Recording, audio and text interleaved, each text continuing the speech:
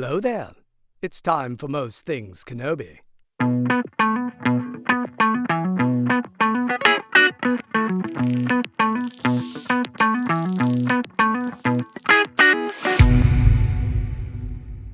Hi, everyone. Welcome to another episode of Most Things Kenobi, a podcast about Obi-Wan Kenobi and all things Star Wars.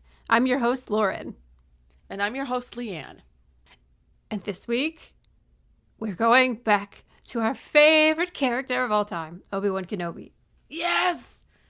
It's time to visit the motherland. He that is our motherland. Yeah. Or the daddy land. I didn't even get that. That's good. That's real good. Daddy land. I like put that. Me in jail. This week we're talking about Obi-Wan and Maul, the show of a relationship that we absolutely love, which I think I called his relationship with Quinlan a show also. Maybe he's just a show character. Well, look at his relationship with Anakin show. Satine show. Exactly.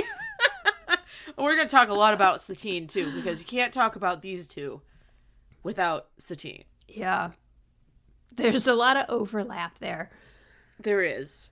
When I was kind of getting my thoughts together for this episode, I realized that these two have more in common than they do, like, opposed to their opposites. They have plenty of opposites, very obvious opposites.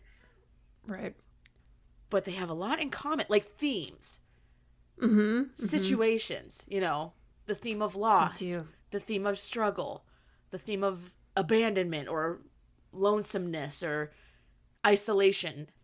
And they're like the two sides of a coin, right? Where the center is the same, but their choices are what make them yes different. And yeah. And okay, so we're doing this in two parts.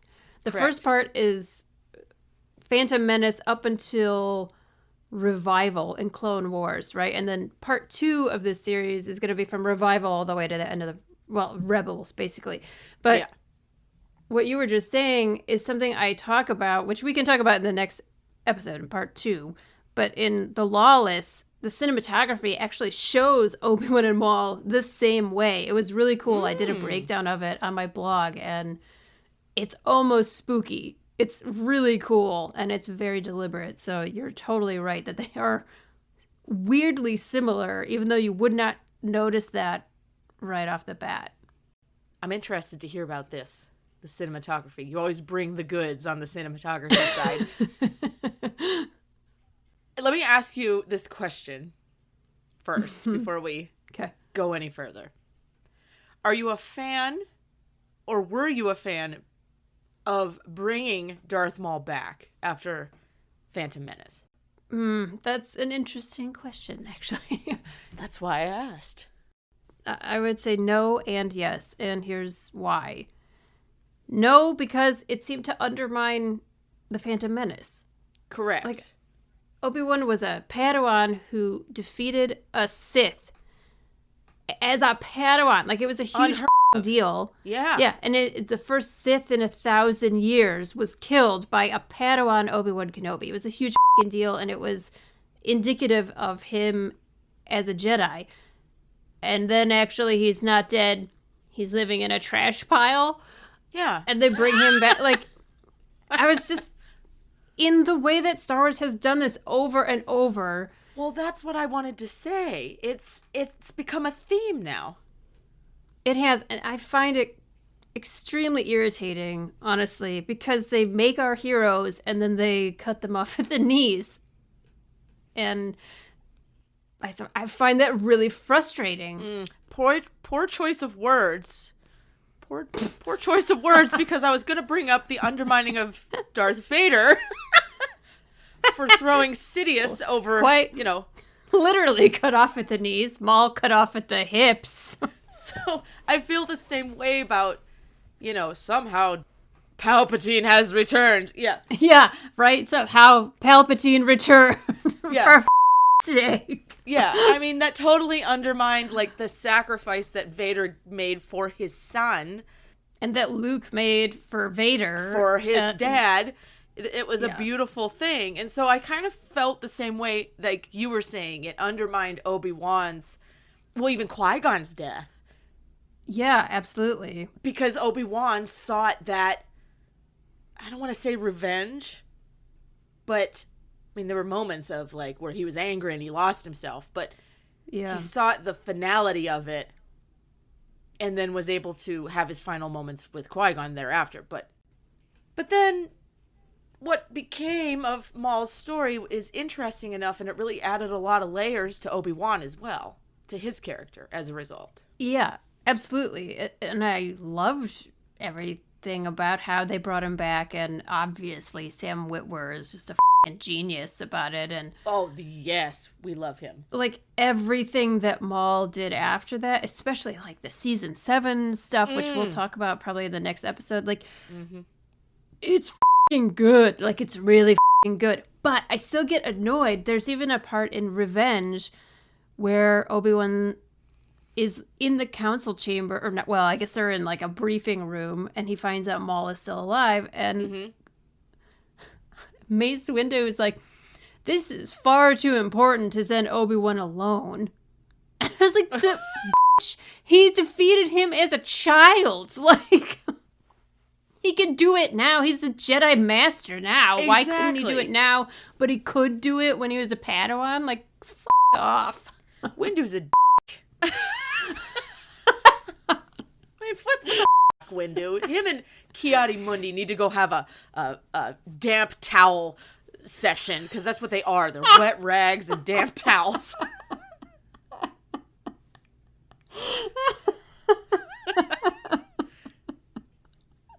I love you so much. Oh my Thank you. God. Oh, I'm overheating now in my sweater. I'm laughing so hard. It is a lovely sweater. She has a lovely sweater on, thank you. everyone. It's very cozy. That's true. True, right? But you're right, though. They don't, I mean, come on. Obi-Wan is capable, as we've seen time and time again. Yeah. Out of here. Yeah. Granted, Windu does end up being right, but he can still fuck up. Well, never mind that. We're not here to... I mean, yeah, so I don't know. The thing that I love about Obi-Wan and Maul is that Maul always brings anger out of Obi-Wan. And That's he true. always really struggles to get back to his center and remember, no, like, don't fight with passion. And so when I was making my notes, I was kind of, that was like the main theme I kept coming back to, is that in Phantom Menace, Obi-Wan is standing behind the Rey shield and he gives a little lip curl, and that's how we know he's actually angry, and he fights with anger and passion, and it's not until and Maul gets the better of him until he centers himself, comes back to himself, and then he is able to defeat Maul. And that happens again 2 more times in the episodes that we're talking about. Revenge, it's the only time Obi-Wan is like very visibly angry. And it looks good on him. It's great. I have no complaints. But it's that moment, especially when they're up on like the gantry and Yeah. Maul teases, like He's taunting him. taunts him. I'm like, it's not teasing. It's Well, teasing maybe. Obi-Wan. Nanny, nanny, nanny. He taunts him about Qui-Gon, and the look on Obi-Wan's face is the only time you ever really see rage. And he gets his ass kicked. Yeah. It's like every time he leads with anger, he loses and has to retreat or has to like recenter himself or lose his footing. It's pretty interesting. And then in part 2 next week, we'll talk about how that changes. Yeah. Maul obviously knows his only chance with Obi-Wan is using emotion as a weapon, because Yeah.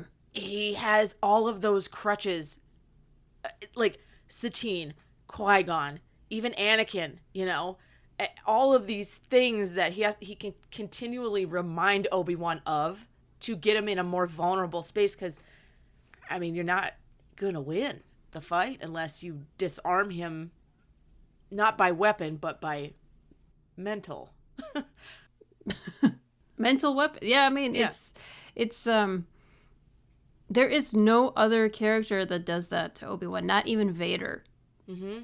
Vader makes him, I mean, as we've seen in the Kenobi series, clearly he's like unsettled in that first duel that they have, and he gets his ass handed to it, literally burned. Yes. But don't you think it's easier for him to separate it because Vader and Anakin are so vastly different that he can treat it as two different entities? And well, I would argue that Vader isn't using emotional taunting necessarily. Like, that's not the reason that Obi-Wan loses that duel. That is it's a mixture of fear instead of anger, and he's a bit rusty. Yeah. Well, and he's confronting a past he tried to completely block out. Yeah. Maul is there as a constant reminder, so he has to face it, and when he does face it with Vader, that's when he's able to overcome it. It's almost like, well, it's a good lesson for all of us. Yeah. Confront the thing. Stop running. Yes. Yes, stop running. Yeah. I mean, Darth Maul is driven from day one. I mean, from his, in the Son of Dathomir comic, he's resentful right off the bat. Resentful of the Night Sisters, resentful of, the Jedi not acknowledging that he has Force sensitivity, and he's just like constantly angry, and he builds off that, and that's how he ends up surviving, when they do bring Maul back. Yeah, literally. Yeah, he just is fueled by constant anger and resentment. And I don't see any glimmer of anything until we get to Rebels, which we'll talk about next week. Right. Yeah. I was thinking about that too, because how exhausting. Seriously, it's amazing that he uses it to strengthen himself, because it seems so emotionally draining to be that upset all the time. And I was thinking about Revenge, which is my favorite episode. Oh, yes. The line where, like, literally Maul stays alive with his hatred of Obi-Wan, which is crazy. The one person's hatred, like, you could hate one person so much that you survive, like, I don't even know, 15 years or something like that? Yeah. In a trash pile and become a spider? Yes. What was an excellent use of engineering. It's brilliant. He made himself useful. And it was an upcycling. He upcycled and helped himself and others. But no, imagine the amount of fucking rage. Oh my gosh, seriously. And like the line where he says, I will keep you alive, like I will make you feel every single cut. Like, that's dark. How angry must a person be to like take that kind of pleasure in hurting another person? It's like the only thing he lives for. He's so obsessed with Obi-Wan that literally every time you see Maul, he's doing something about trying to get back at Obi-Wan, even though Obi-Wan might not even be in the episode. It's crazy. Well, apparently there's a lot more elaboration on the beginnings of Maul's hatred in the Queen's Peril as well. Really? There's inklings of he's resentful of the Night Sisters because his mother is Mother Talzin. Like his actual mother? Well, she birthed all of that. Created them, birthed them. I guess. Okay. Interesting. She's such an interesting character. But she paid all of her attention to the Night Sisters. So he was about that. Mm-hmm. Then he felt abandoned by the Jedi, who left him on Dathomir, despite him having Force sensitivity. Really? I didn't know that they even knew he existed. Yeah, this is all Queen's Peril stuff. Interesting. I should read this book. I didn't read it. I just have notes. in like trying to figure out where did it all start for Maul. Well, it's just started right off the bat. I mean, I guess if that's all you know. Yeah.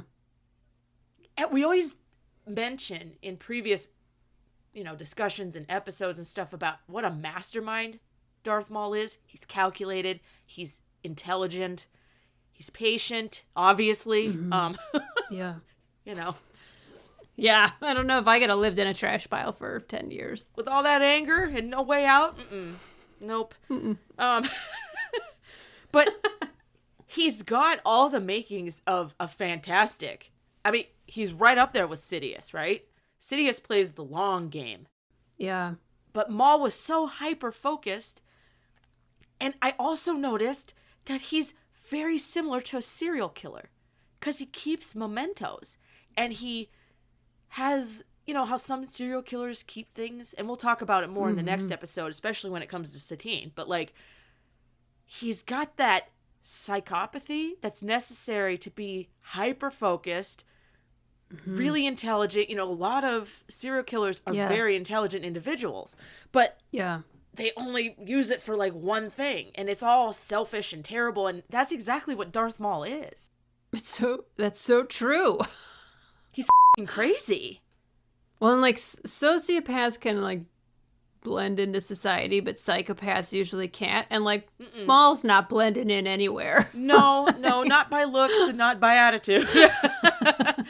I mean, you put him up against his brother, Savage. Yeah. And they're vastly different and, kind of cut from a similar cloth, maybe not quite. Savage had that, oh, brother, I'll help you, brother. I respect you, brother. And Darth Maul was like, F you. I don't care if you're my brother or not. Get the out my way. You're going to help me or get out of my way, And I find that interesting because how can one be so obsessed with just one person? What does that come from? Yeah.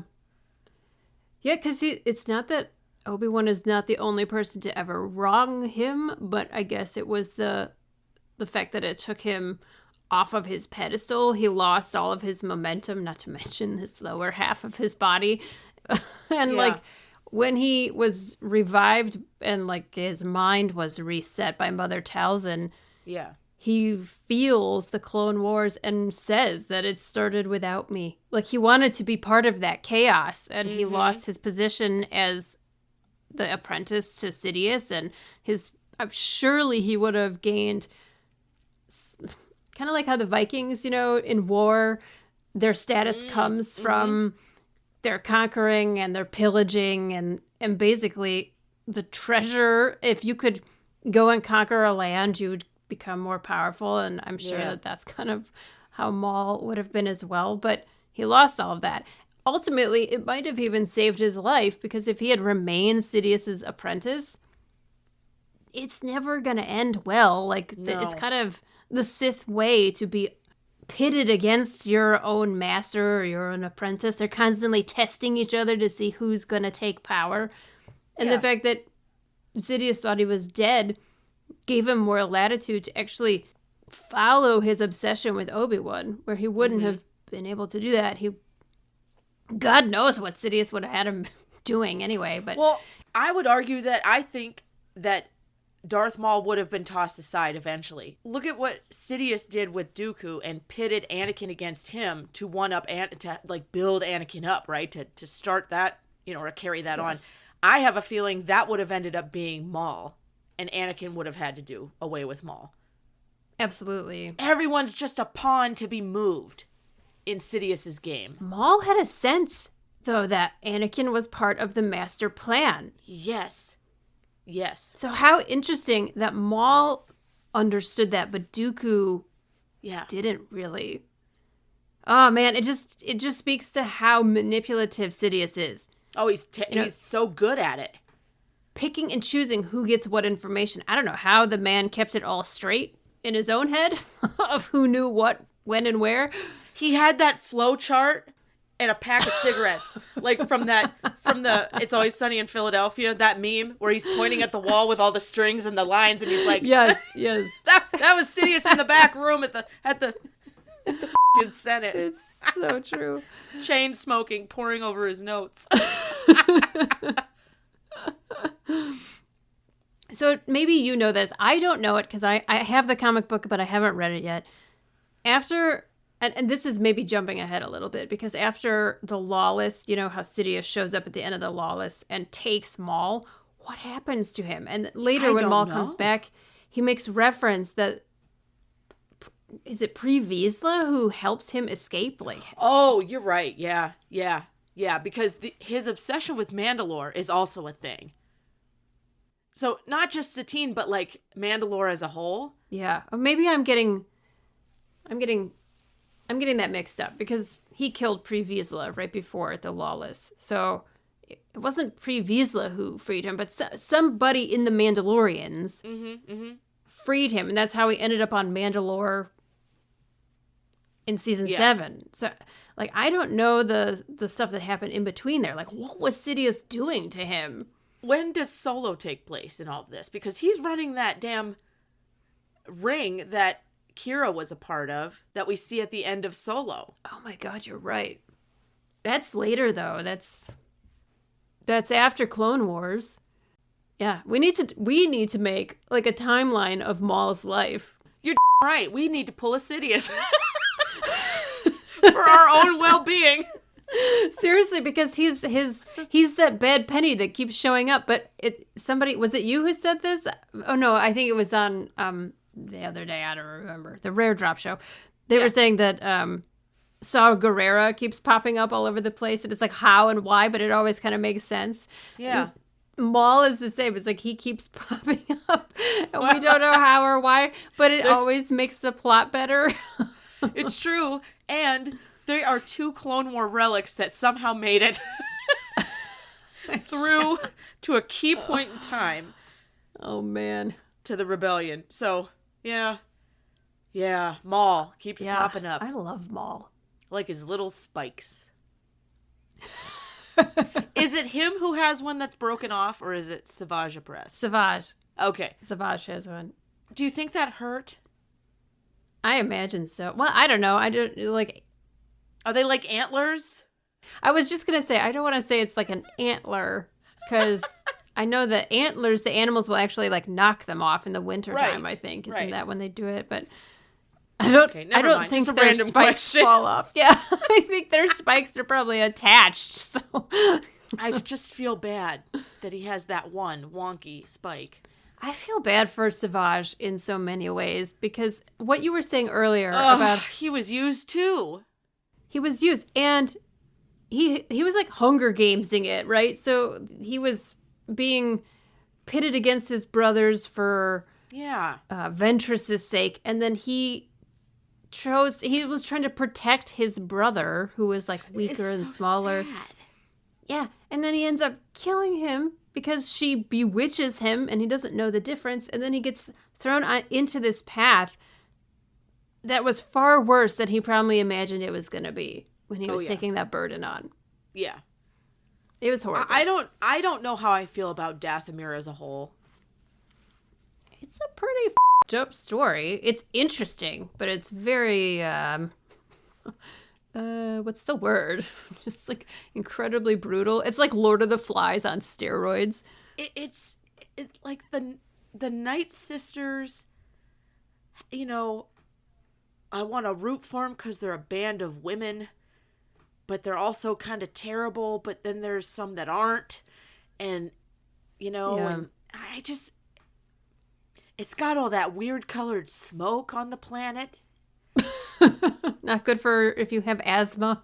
No, and Mother Talzin has a giant, like, cavernous castle, and it's very reminiscent of that, the bad character... You know, that bad character. She's a Disney witch. She has the black horns. Oh, Maleficent? Maleficent. Yeah, she gives me Maleficent vibes. Isn't that her name? Maleficent? Yeah, Maleficent, yeah. Okay. I feel like when I'm saying it, it doesn't feel right in my mouth, but... No, that's her. Yeah, she's got, you know, just all that Mother Talzin is missing is a wall of thorns. Seems like Dathomir would be the place for thorns because they got them growing out of their heads. So Revival is a really interesting exchange there, right? So they've interacted during Phantom Menace, and now they've interacted during Revenge. And every time Obi-Wan and Maul cross paths, something terrible happens, right? Always. So like Qui-Gon dies the first time. Obi-Wan almost dies during Revenge. True. Adiagalia dies during Revival. Terrible. Which, that moment was so interesting to me because during that whole duel between Obi-Wan and Maul and Adiagalia and Savage, Obi-Wan is goading Maul into attacking him. He's on the defensive, but he's kind of like, he does that little, like, are you going to fight me or not? Little move with his hands. You know, I love that. But after Maul, or Savage kills Adiagalia, Obi-Wan starts to attack. Like, he gets this, like, crazed look in his eye, like he's going to just kill all these Dathomirians, and Maul stops him just in time. But it was an interesting moment where he kind of, like, lost himself for a second. This man has suffered so much loss, and he always has to be there to witness it. He always ends up witnessing it. Yeah. Like, from a point of view where he's not able to help, or, you know, and again... Yeah, he's held back, I know. Right, it's the worst kind. It's just awful. Poor Obi-Wan. That's why it's funny that you've seen that meme, I'm sure, of C-3PO saying, it's our lot in life to suffer, and then they show, like, a picture of Luke. Yeah, like, yes. Yeah, that just needs to be stamped on Obi-Wan's forehead, basically. With Obi-Wan, yeah. Oh, God. And he takes her lightsaber. Yeah, and James Arnold Taylor's performance when Hondo is like, where's the other Jedi? And he says, she's dead. It's one word. And like the sound in his voice is just so, the emotion is so beautiful, but without like losing control. But you can tell he really feels that loss. And then the duel between him and Maul and Savage is just like a epic. So good. I could watch that on repeat. I could too. I never get tired of it. It's so detailed too. Like if you watch it over and over, you'll see that there's like very specific choices that the animators made, I guess the director made, of how Obi-Wan fights them, and it's really cool. And I don't know, man. I really feel like if he had fought them again in the Lawless, he would have won. Yeah. But it was, and we'll talk about this in the next episode, as it being like kind of the first time he chooses not to fight. Yeah, I know. Next week's gonna be a good episode. Yeah, because the real feels come in. Yeah. And the real twistedness of Darth Maul comes in. I mean, yeah, he's been pretty up until this point, but I feel like there's a separation here. It was Sidious's right-hand man, Darth Maul. Then he dies or gets cut in half, whatever. Then he has time to go crazy, lose his mind, and refocus himself. And then he comes into his own strength through this first half of the Clone Wars. And I think he really finds where his comfort zone is with torturing. You know, he's like, okay, this is what I really like. This is how I'm really going to attack people. And this is how I'm going to do it. He has that power that he didn't have as being, you know, the apprentice to Sidious or someone in a very mentally incapacitated state as he was following the Phantom Menace. Yeah. So I think when he gets to the point of the Lawless, he is in full control of himself, his mind, his power.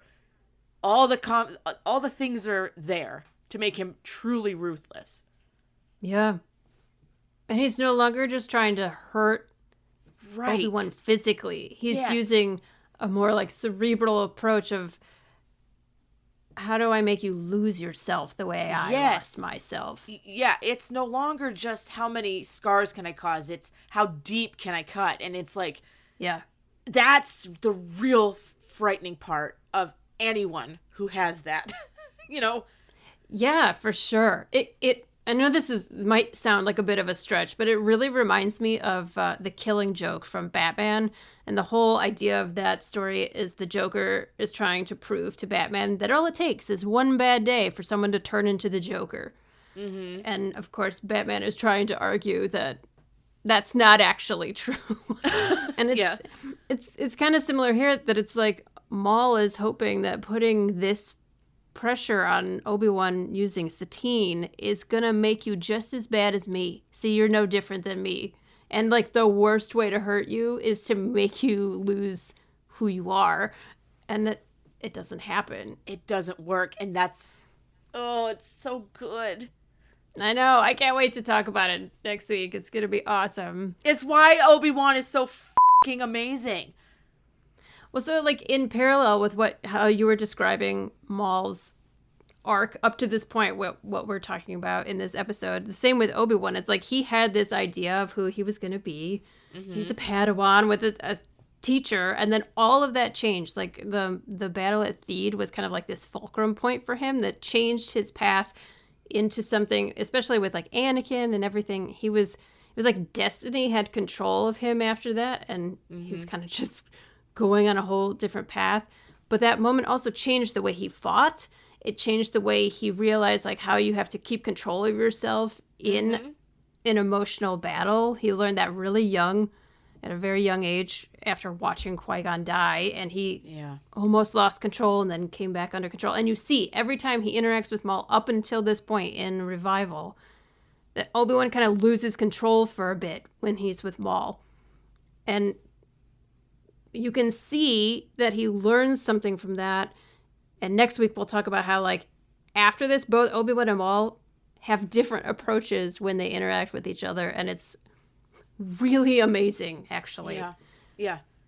These two are obviously tied together from start to finish. Their paths are one that cross and recross and cross again. And like you said, destiny, fate, that sort of thing. The Force maybe working in Obi-Wan's favor.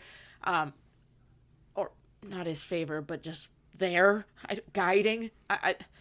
It raises the question, Force, are you there? It's me, Obi-Wan. It works in mysterious ways. It causes all this loss, but it causes him to turn into this amazing human and save so many more. It's this... Right. Exactly. Like you see the arc of his life, because we see his everything except basically his first, 12 years, or even maybe, I don't know when Padawan takes place, that book, but we only don't know Obi-Wan as a baby. That's basically it. So we see all the rest of his life, and to see where he starts to where he ends up, pain causes enlightenment. Oh, like just 100%. In real life, it does. So this is Buddhism 101. Exactly. He's one of the most enlightened beings by the end because he has endured so much, but hasn't been destroyed by it. He's such a good character. He really is. And it Maul off even more. Because every time he thinks, okay, this will be the instance, it doesn't happen. It doesn't work. God, I love Obi-Wan. I did too. I love it. And I love that Maul thinks he's got him figured out and he's wrong every time. Every time. Okay. So to wrap it up, back to my original question, right? There's a reason why I asked it. Yeah. Yes, it sucked that the original cutting in half of Maul was undone, but look at the greatness that came because of it, right? Absolutely. The character building that happened with Obi-Wan, our favorite character, it just added to his greatness. It really did. And it think of all the epic moments that it led to. It's pretty amazing. And it's like the Revival, Revenge, Lawless. Yeah. And then everything that happened in Clone Wars Season 7. Yeah. The Maul's reappearance in Rebels and his spoiler alert, his conclusion in Rebels, Yeah. epic. Like every moment is layered with meaning, and that's why it's really cool to see this character, because he wasn't just brought back for shock value. He actually moved the story forward. He moved Obi-Wan's story forward, but he moved all of Star Wars forward. So Yeah. I think it was actually a pretty masterful choice.